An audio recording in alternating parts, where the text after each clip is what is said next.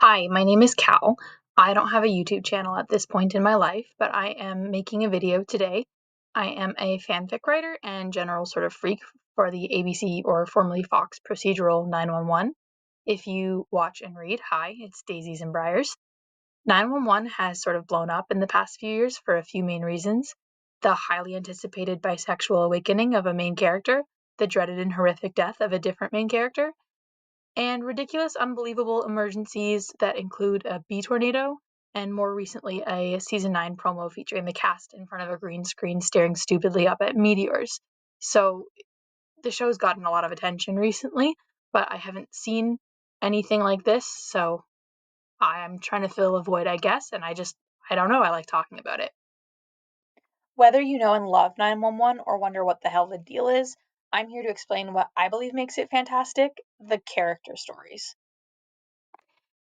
This show has some of the most addictive, endearing, infuriating characters of all time, and I would die for them. So I decided to do a character story analysis episode by episode. Today we're starting with season 1, episode 1, the pilot, and then I'll probably keep going if I can because I love talking about the show and the way I personally interpret it. I'm not a video editor, so don't expect great things from me on this front. This is mainly about our characters. I'm not going to talk about production or behind the scenes or the actors if I can avoid it. This is just looking at canon and the journeys the characters go on. Full disclaimer, I am a buddy shipper, but this is a season 1 video, so you don't have to worry about that, as Eddie isn't in the show yet. So if that's not to your liking, then you're fine. Also, I am working on a complete character analysis document that interprets scenes with future episodes in mind, but this will not be doing that. So I'm going to be pretty vague about later scenes in order to avoid spoilers. And finally, please keep in mind that this show deals with some incredibly serious topics, including suicide and addiction, among many, many others. This first episode isn't too heavy, but overall it's a lot. So please keep that in mind when engaging with it. Okay, so let's get into it. I was going to write an entire script, but I literally took a day's worth of notes on episode 1 yesterday, so I don't feel like I need a script anymore. I feel like we can just jump right into the plot. So let's go. Season 1, episode 1 is titled Pilot. Pretty standard stuff. It was aired on January 3rd, 2018, and it opens with our main dispatcher of the season, Abby Clark, who is played by Connie Britton, and she is explaining kind of how her life, or how she believes her life at the point where we start the show via narration, mimics the emergencies she deals with every day as a 911 dispatcher. So she describes herself as being 42 years old. A year ago, her boyfriend Tommy broke up with her. Keep that in mind. I know it's not important today, but please keep that in mind that her boyfriend Tommy broke up with her a year ago. That will come in handy several seasons from now. But anyways, she's 42. Her boyfriend just broke up with her. She's not over it, and she is the full-time caregiver for her mom, who has late-stage Alzheimer's disease.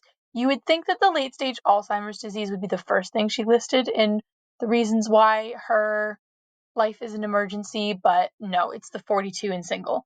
I'm being a little mean. Abby is not a fan favorite character. Abby is not my favorite character, but I would say, Abby neutral. She does a lot of things I disagree with. I wouldn't say I like her or enjoy her, but I do think I have a lot of sympathy for her and I can understand her perspective. So uh, we'll get into more of her character. I think right off the bat, the important thing to note about Abby is that she's somebody that feels very stuck and very unhappy with her current life. She's not only, like, she's expressed unhappy about being single and having had this relationship come to an end, but she says that taking care of her mother takes up all her free time, and then the rest of her time is spent at work, which she expresses also a lot of discontent with her job. She's definitely not somebody that feels a lot of satisfaction at just knowing she's done a good job. Her main complaint here is that she takes the call, she hears all the bad things that are happening, but then when help, like the fire and rescue team, arrives, they hang up on her and she doesn't actually get any resolution to how that call has ended. So she hears all the bad stuff, but never any of the good stuff or any of the uplifting parts of the story, which kind of, I think, mimics what she's going through at home. Like, she's caring for her mom and she's glad to be spending that time with her mom. That's something she expressed a lot over the course of the season, that it's important to her to spend that time with her mom while her mom needs her. But she knows ultimately that her mother is going to die and that it's not going to have a happy resolution. And then she also never gets any happy resolutions at work because she's always the person at the beginning of the emergency and she's never there to see the follow through. So that's kind of what Abby is struggling with.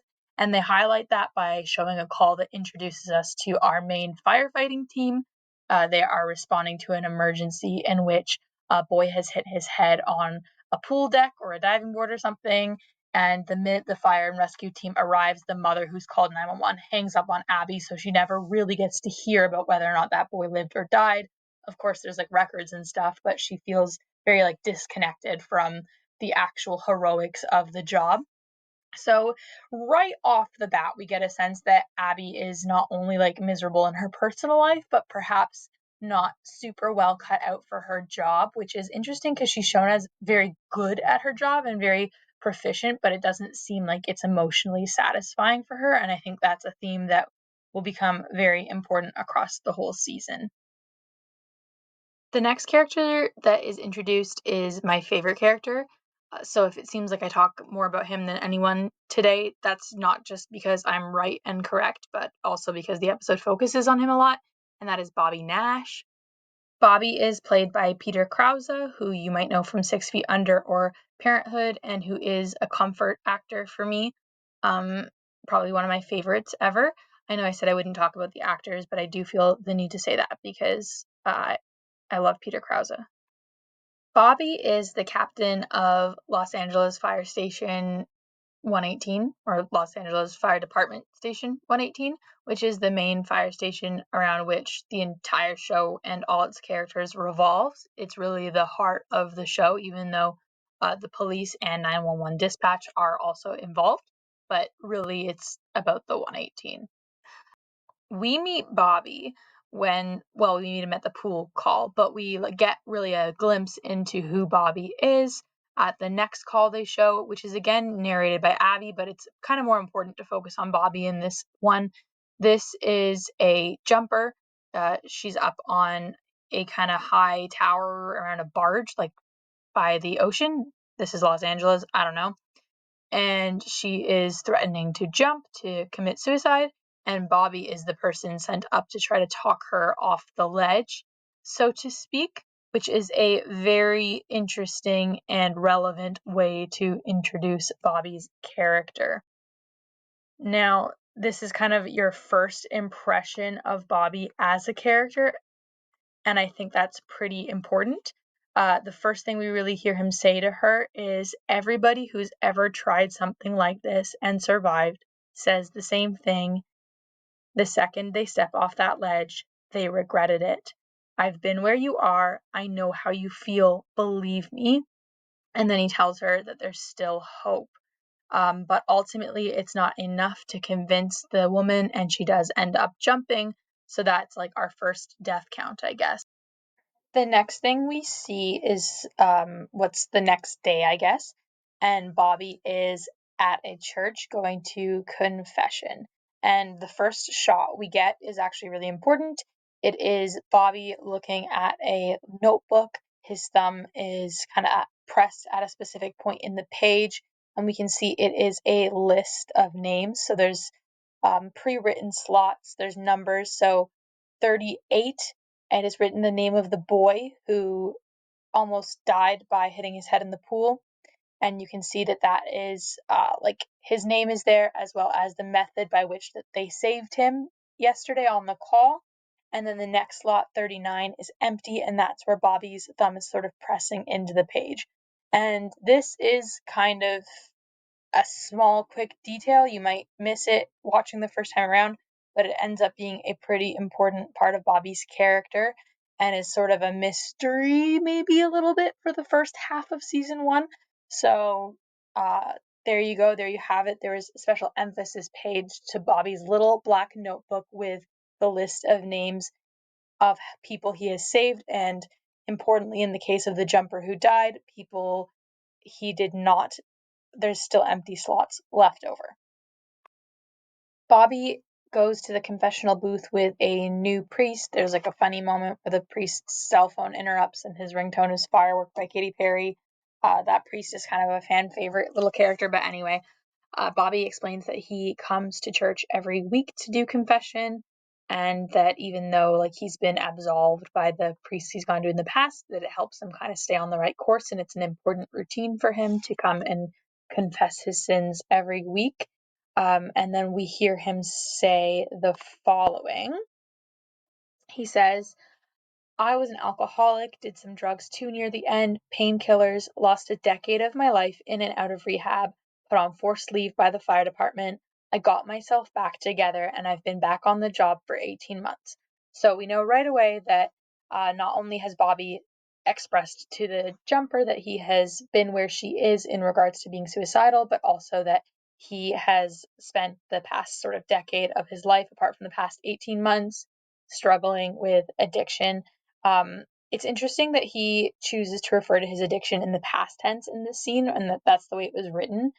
We never really see him take this attitude in the future. He never says, I was an alcoholic again. He usually says, I am. And how he says even near the end is really interesting to me. I think when we look back on his character with some details we learn later, the way he's choosing to speak in the past tense means something, but it's never really touched on again, so I just kind of wanted to flag it.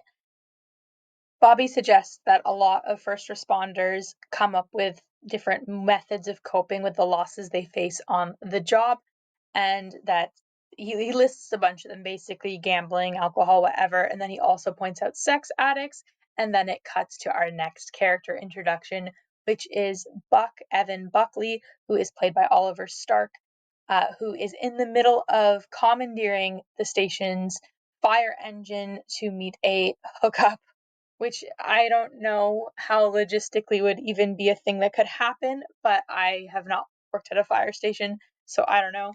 But yes, he is in the middle of meeting a girl from an app on which he calls himself Firehose, and he is meeting her in public in the fire engine to have sex in the fire engine. So it's a really flattering character introduction for Buck.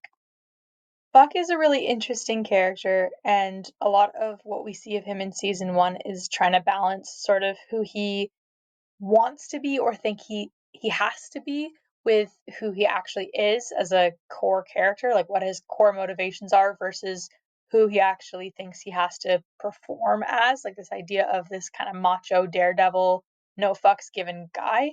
And this first scene with him is actually a really good indication of that, because once he is finished with his little fire engine hookup, the first thing he does is he's like, oh wow, like, can I actually get your number? And immediately she's like, no, like, it's better if we do not know each other's names or anything, I don't care. And he's like, oh yeah, like, cool, we're living in a golden age. Like, it's absolutely what he wanted, to just have sex with a girl and then never get her name or number. But you kind of get this really quick insight into how he can switch from somebody very kind of soft and seeking attention and validation to somebody who's like, oh, I don't give a shit, like, I'm super tough and above it all. And that's a lot of his character in the first episode, is switching between these two kind of modes. And I think throughout the course of the season we really break down that like cocky asshole personality of his. It's also important to note that Buck is young. He's the youngest member of the team. He's the newest member of the team. In the next episode, they'll say he's been on the job for 4 months only. And Oliver Stark was 26 when they filmed this, which is the age that they give Buck as well. They just kind of give him Oliver Stark's birthday at some point in the show. So, not that 26 isn't old enough to know that that was wrong. Like, it definitely is. I'm not giving him it out there.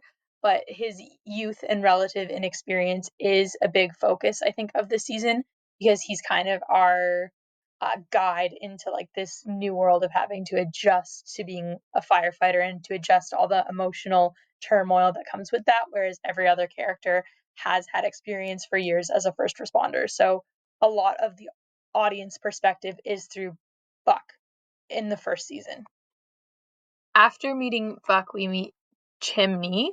So Howard Hahn, nicknamed Chimney, nickname unexplained even now, what's about to be 9 seasons later, who is the third but not final member of the 118, but he is the final member of the 118 to get a character introduction scene quite like this.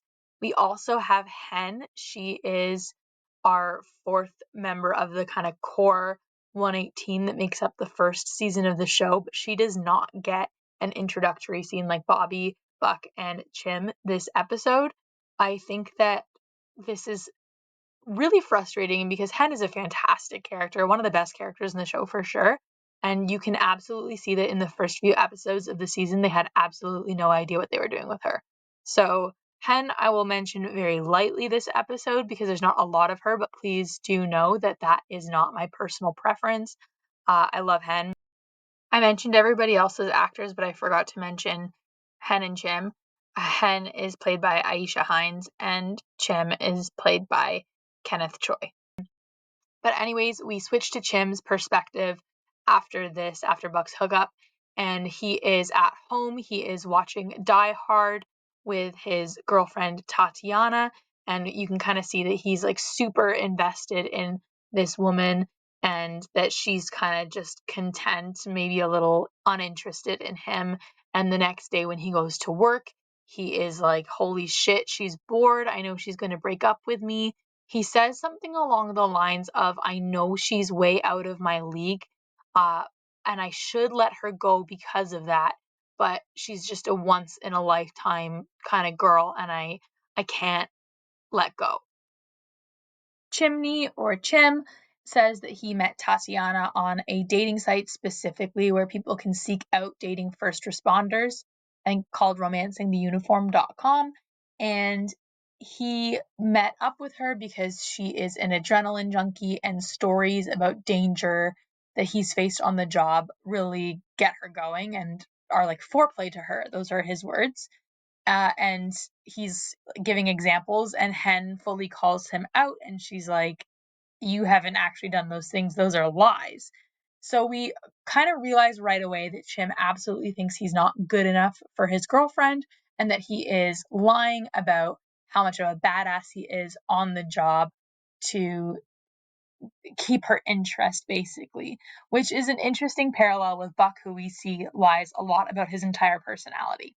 But this will be Chim's kind of big through line for this season. He just doesn't think he's good enough. He's very insecure, and it kind of blinds him from seeing when people aren't necessarily good enough for him, as he is just a really fantastic character and good human overall. But yeah, so this is his big problem, is that he is dating this woman who is only with him because he's a firefighter and doesn't actually have much interest in him as a person. As Chim is discussing Tatiana with Bobby and Hen, Buck comes back with the fire engine from his illicit hookup that he took the engine for, and obviously he kind of knows he's going to get in trouble. I don't think he ever thought of avoiding getting in trouble. He's very aware that he's in for it when he comes back into the station, and he comes up the stairs, and of course he gets in trouble, and he pretends like it's no big deal, it's whatever, like he was just having a bit of fun, there wasn't any emergencies. And I think it's really interesting, the interaction that we get at this point, because Bobby says to Buck, listen, I like you. You're a good firefighter. I know we've got this thing. You call me Pops, and I give you a hard time for being a dumbass kid.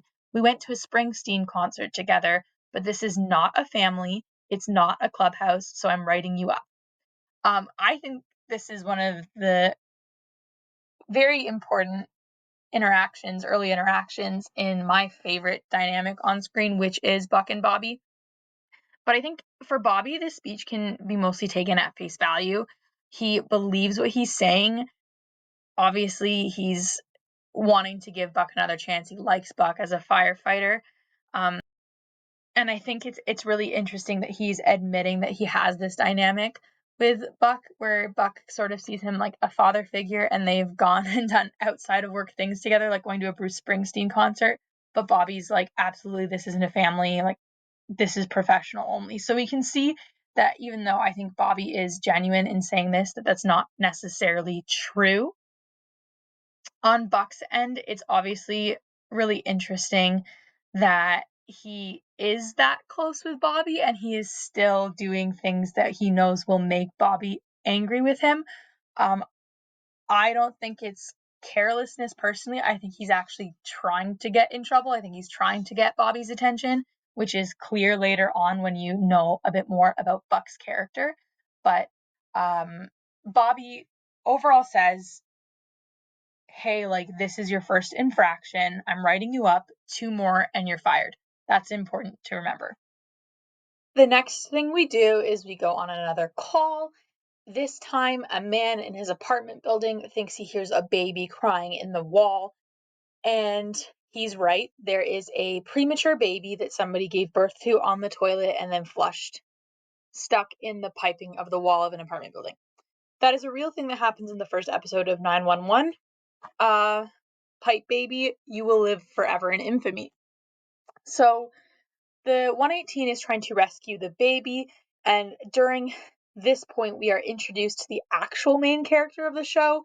It takes over 10 minutes to meet her. I think that is crazy, but that is Sergeant Athena Grant, played by Angela Bassett, the legend herself.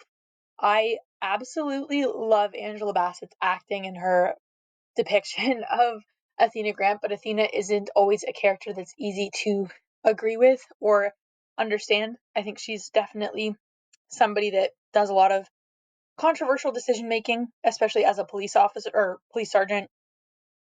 That's pretty clear right away in her demeanor on the call. She's very much like bust down doors to figure out who flushed this baby down a toilet, figure out procedure later on. Like, she's very black or white thinking and on a mission. I will get more into that in later episodes as it becomes very, very apparent this season that she doesn't always wield her power correctly, but our first glimpse of her shows that. Like, her first call absolutely shows that. So we have two kind of conflicting back and forth, not conflicting, two overlapping things going on right now.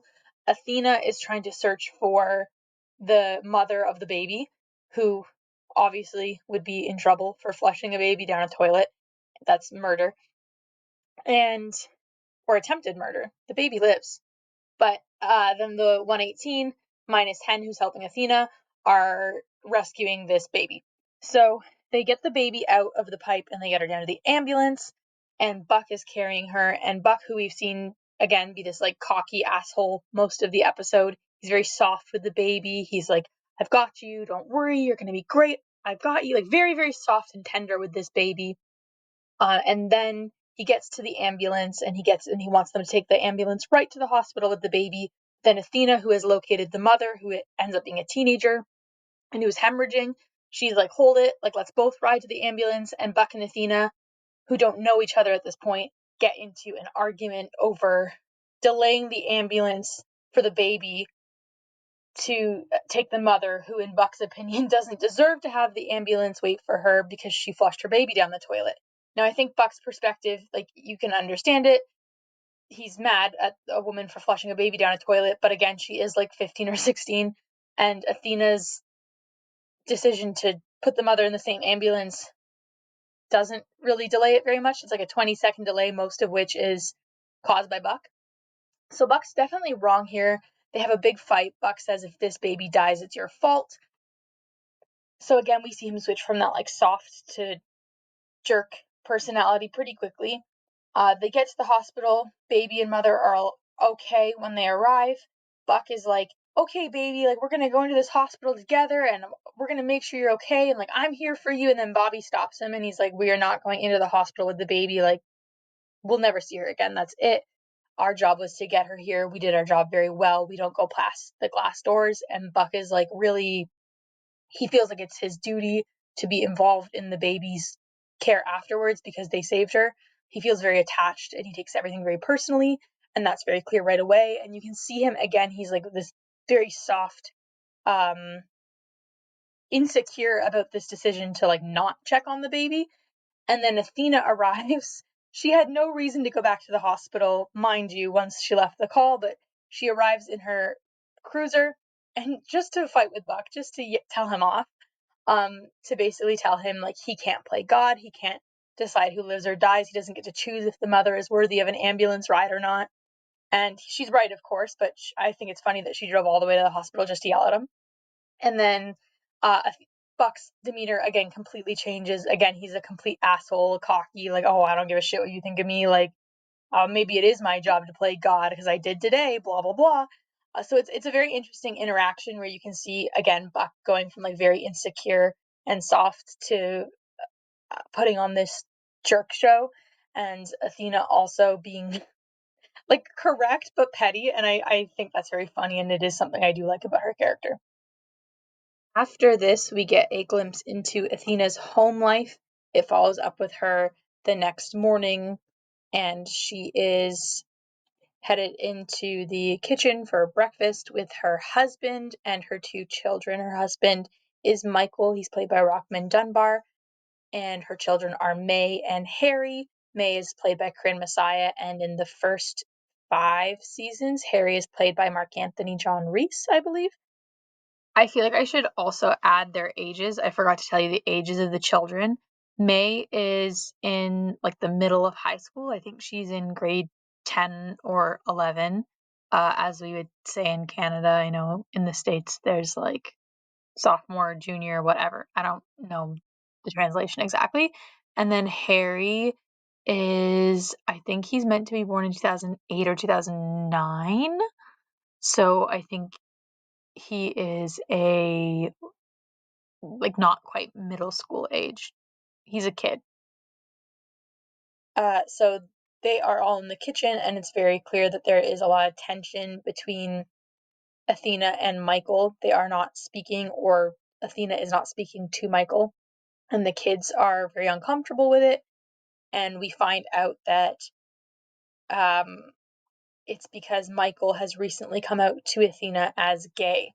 And this is obviously not a great sign for their marriage. He chooses to tell the children over breakfast despite Athena's wishes. She wasn't ready for him to tell them, but he does. And then they have a resulting fight afterwards where she expresses that it's not that she's unaccepting of his being gay, but she feels like he humiliated her and lied to her for many, many years. And he's like, I think you knew that I was gay, um, and you were just older and wanted children, and so you settled for me anyways. So there's definitely a lot of problems in their marriage, which does seem like it's on the way out. The children are pretty much like, you guys are going to get a divorce, and they're like, no, why would we do that? But it's pretty clear that that's the direction this needs to head, for either Athena or Michael to be happy. So that is what Athena is dealing with, again, because she gets a proper character introduction, unlike poor Hen. I think for Athena, what this scene really speaks to is a loss of control. She's somebody that commands a lot of authority and control in her job, and who does have a very black and white sense of how things should be, and she can't keep that handle on her personal life right now. She has this idea of the family she wants, this idea of the husband she wants. She does love Michael very much, and his coming out to the children before she's ready and his announcing this to her in general is leading to that loss of control, which is also kind of building a sense of humiliation and shame, and like it's her personal failure that she is unable to control this family dynamic. I think that's how I personally interpret it anyways, which I think is something that you can empathize with as an audience, even if you don't necessarily like the way her and Michael are handling it in front of the children, fighting in front of the children. But it's, yeah, definitely a tricky scenario because you feel for Michael and Athena both very much, as they both are right and wrong in the scenarios that they are personally in. Our next emergency is a really fun one for a lot of different reasons, but essentially it is a woman whose snake, she is a snake collector, owns lots of them, has gotten out of its enclosure and is suffocating her. So the 118 responds, and we learn that Chim is really afraid of snakes. He says it's from the movie Conan the Barbarian from the 80s, and when he makes that reference, that's why he's afraid, Buck is like, I don't know what that is. If it's media that came out before I was born, I think he says, the way I see it, the world began the day I was born, which we know is not true because he went with Bobby to a Bruce Springsteen concert. So I genuinely think this is Buck covering up for being embarrassed that he doesn't know it, that it's not a piece of media that was ever shown to him, and he doesn't really want to admit that. But yeah, he clearly doesn't believe that only good things came out once he was born, because he was willing to go with Bobby to a Bruce Springsteen concert, which would have obviously been Bobby's interest, not his. Anyway, they go to this call, and there is a lot of debate over how to handle the situation.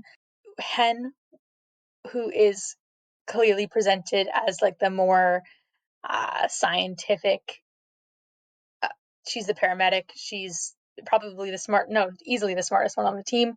She thinks that they should inject the snake with Dilaudid, wait till it relaxes, and then kind of safely remove it from around the woman's neck. The three guys think that they should kill the snake because they don't have enough time to wait for it to relax before the woman passes out and potentially gets brain damage, and they're debating over whether or not they wait or kill the snake when Buck takes the axe and chops the snake's head off. Buck is later portrayed as somebody who is very gentle and loving with animals, so I think that this was mostly a panic response on his part of like, oh my god, she's gonna die, let's do something. And we do see him do this a few times earlier in the episode, specifically with the baby in the wall. He's about to take the axe to the wall, not thinking that he might hit the baby because he's so desperate to get the baby out of the wall. So I don't think it's any like lack of care for the life of animals. I think it is just like panic, save somebody. I'm going to do what I have to do.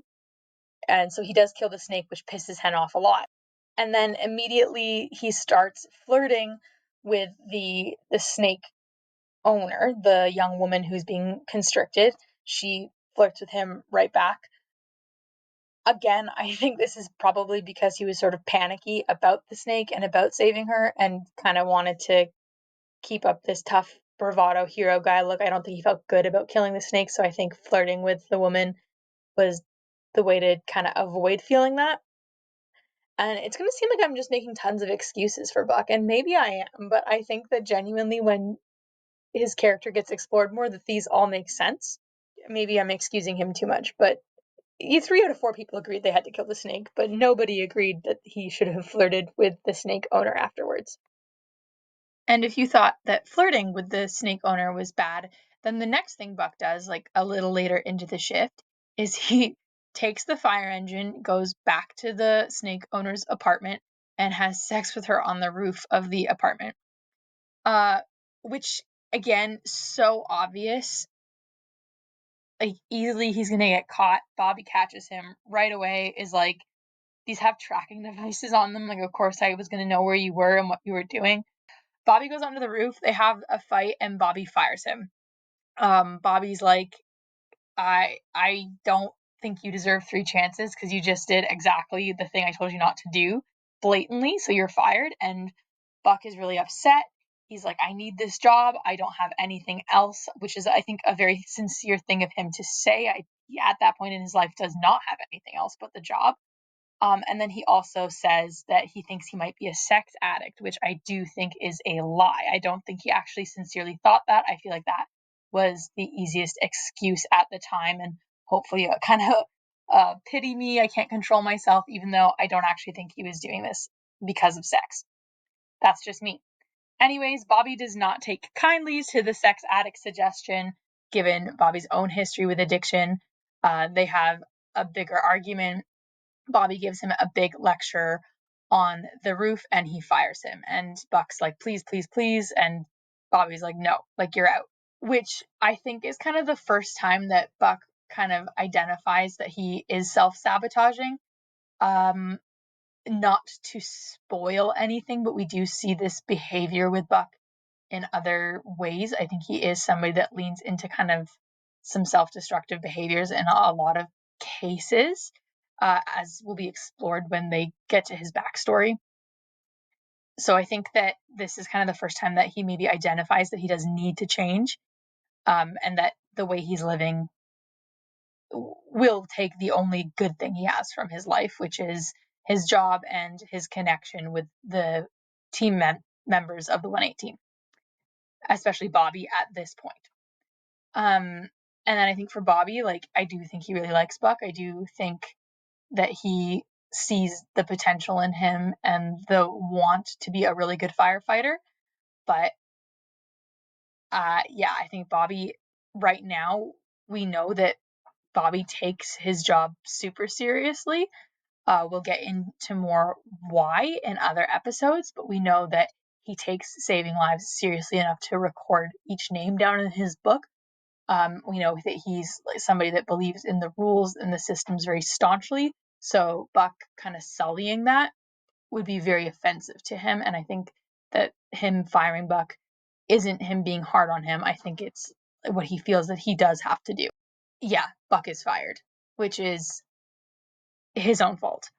And interestingly enough, in the next scene after this, Buck is packing up his locker at the fire station, and Hen comes to express sympathy, and Buck does say that it's his fault. Like, he's very aware that he is the cause of this. He doesn't blame Bobby at all. He's not even mad at Bobby. He's very like, yeah, I did this, my bad. Like, he's not. I think a lot of people who are genuinely like unrepentant and get in their own way can be very vitriolic and blame other people for their mistakes, but we never ever see Buck do this. He's very, other than trying to claim sex addiction, he doesn't ever blame anybody else for his own decisions. So that's an interesting thing to note. The other interesting thing to note is that Hen is actually the only person that expresses any sympathy to him at this point. She's very kind, even though she calls him out a lot earlier in the episode for his behaviors. She does say that she thinks that he is really skilled. He just lacks discipline. Which is interesting because earlier in the episode, we do see that Chim actually had advocated for Bobby to fire him earlier. He said that he thought keeping Buck on would get Bobby killed. He said, I'll remind you this when he gets you killed. So interesting that we see the different dynamic where Hen is more likely to call him out in the moment. She is the one that would have wanted him to stay and is very sympathetic and kind to him. And even though Chim is less likely to call him out, maybe just crack a joke, Chim genuinely did believe he should be let go. So I think that there is an interesting juxtaposition there with their character actions in the moment and what they actually believe about Buck overall. But this is one of the, again, few insights we really get into Hen in this episode. The kind of action emotional climax of the episode is a kind of final emergency where it's a little girl who's been left home alone, and she calls 911 and reaches Abby to report that men have broken into her house while she's home alone. And so she's on the phone with Abby, who's trying to keep her safe while they try to stop this home invasion. It's very tense, and Athena gets involved, and they realize that if police show up, they might hold the little girl hostage and might put her in more danger. So they're trying to locate the girl who can't actually give her address. She doesn't know her home address, which I think if you don't know your home address, you're probably too young to be left home alone, but that's beside the point. This little girl shows a lack of intelligence on a number of occasions, and I shouldn't be shitting on the little girl whose home is being invaded, but she annoys me.